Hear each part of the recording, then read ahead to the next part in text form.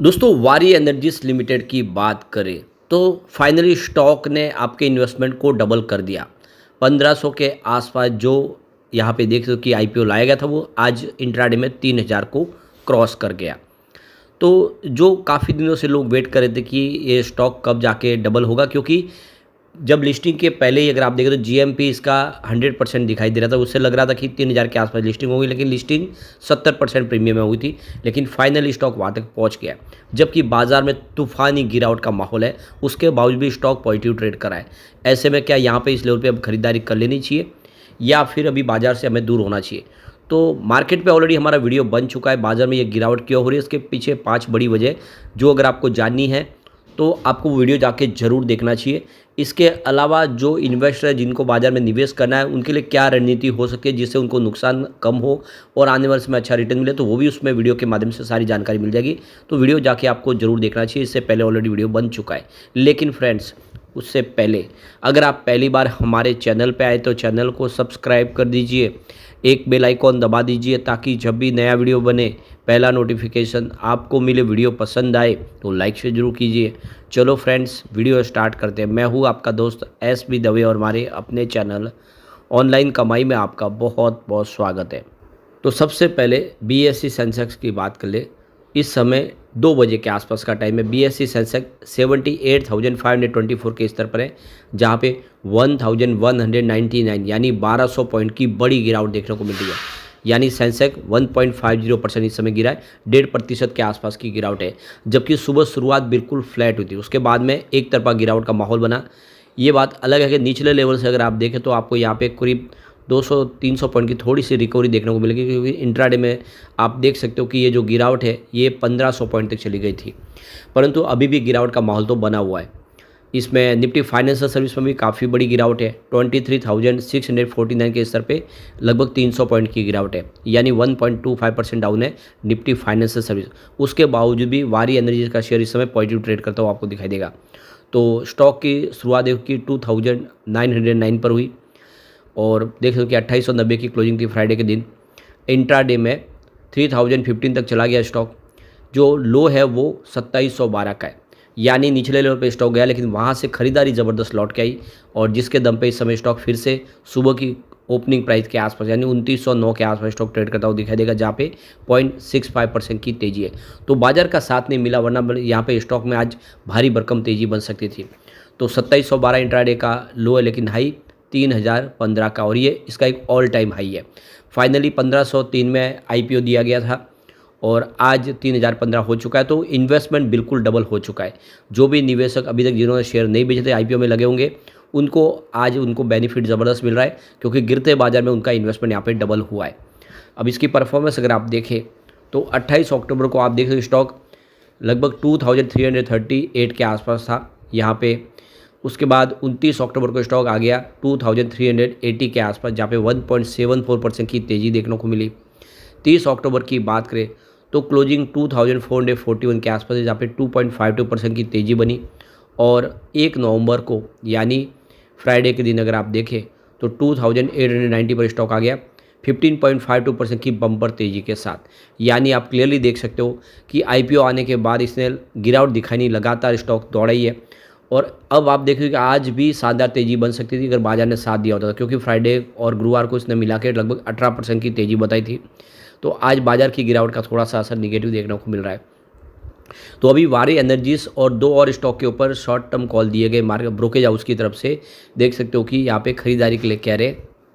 तो अक्टूबर का जो मंथ है वो निफ्टी 50 के लिए सबसे ख़राब महीना साबित हुआ है पिछले 4 सालों में, और लगभग 6% की गिरावट हुई है। और इसके पीछे वजह फॉरेन इन्वेस्टर की तरफ से बिकवाली। चाइना का जो बाजार है वैल्यूएशन के मामले में सस्ता लग रहा है, और इसी वजह से अगर आप देखें तो निवेश जो है वो चाइना के बाज़ार में शिफ्ट हो रहा है। मिडिल ईस्ट और दूसरे और भी प्रॉब्लम है, जिसमें यूएस इलेक्शन का मामला, इन सब की वजह से सेलिंग प्रेशर बढ़ा और फॉरेन इन्वेस्टर ने काफ़ी पैसा निकाला। करीब 1 लाख करोड़ के आसपास की बिकवाली उन्होंने कर दी, जिसकी वजह से बाज़ार में आप देखें तो गिरावट का माहौल बना।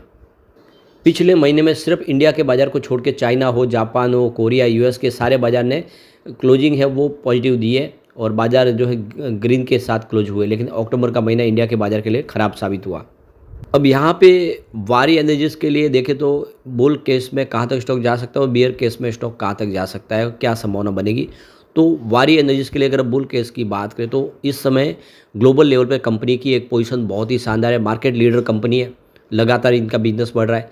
अब आप देखें सोलर एनर्जी की कैपेसिटी में अगर आप देखें तो इनकी इंडिया के अंदर डोमेस्टिक मैन्युफैक्चरिंग जो पकड़ है वो 21% की मार्केट शेयर के साथ है और ग्लोबल एक्सपोर्ट में 44% की इनकी हिस्सेदारी है सोलर एक्सपोर्ट में।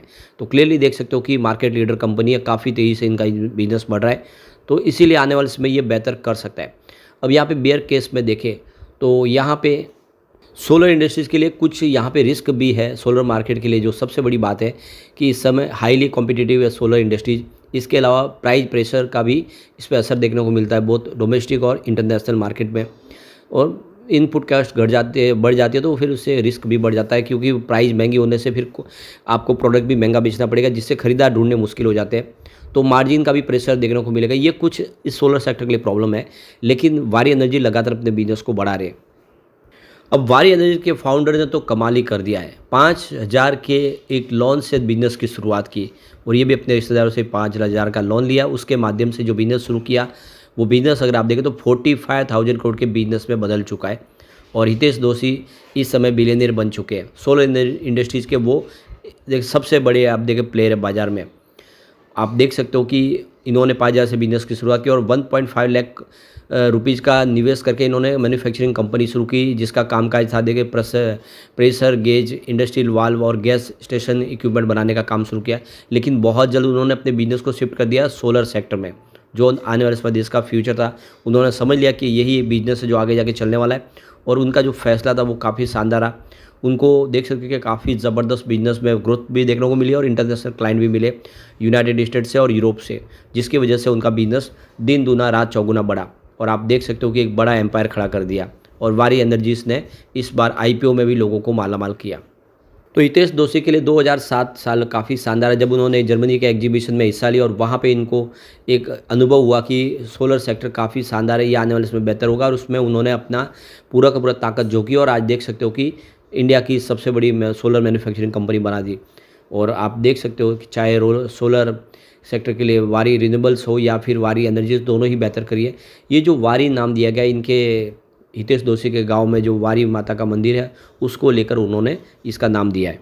अब यहाँ पे वारी एनर्जीज को लेकर देखो कि आदित्य बिरला कैपिटल की तरफ से जो मार्केट एक्सपर्ट, उनका कहना है कि इस समय वारी की जो मार्केट में एक लीडिंग पोजीशन है और ग्रोथ स्टोरी काफ़ी शानदार लग रही है। आने वाले समय कंपनी अपने सेल और वाफेयर मैन्युफैक्चरिंग में अपने बिजनेस को बढ़ाने की उनकी प्लानिंग चल रही है, जो आने वाले समय इस कंपनी को और तेज़ी से आगे बढ़ा सकती है। कंपनी अपनी कॉस्ट कंट्रोल कर पा रही है और जो मार्केट शेयर है, जो डोमेस्टिक मार्केट में इनका शेयर अच्छा है और साथ में ग्लोबल मार्केट में भी उनकी पकड़ मजबूत है, जिससे कंपनी आने वाले समय बेहतर कर सकती है।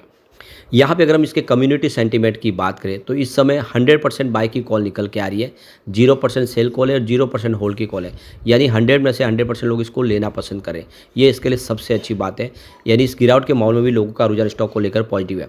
अब एक बार पिवट लेवल को चेक कर लेते हैं तो यहाँ से अगर गिरावट होती है तो 2490 का पहला सपोर्ट है। ये सपोर्ट अगर टूटा तो स्टॉक सीधा 2090 तक जा सकता है और ये गिरावट और आगे बढ़ती है तो फिर 1880 का तीसरा सपोर्ट है, ये आपको खास ध्यान रखना है। अब यहाँ पे पॉजिटिव माहौल बना तो 3100 का फर्स्ट रेजिस्टेंस है, जिसके आसपास देखिए स्टॉक पहुँचता हुआ आज दिखाई दिया इंट्राडे में। सेकंड रेजिस्टेंस का 3310 के आसपास 3300 को पार करेगा।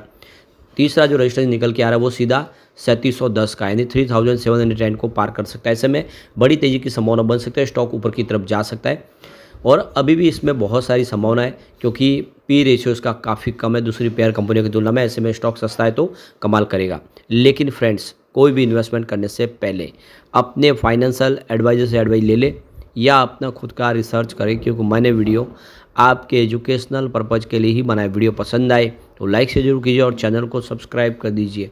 Thank you friends.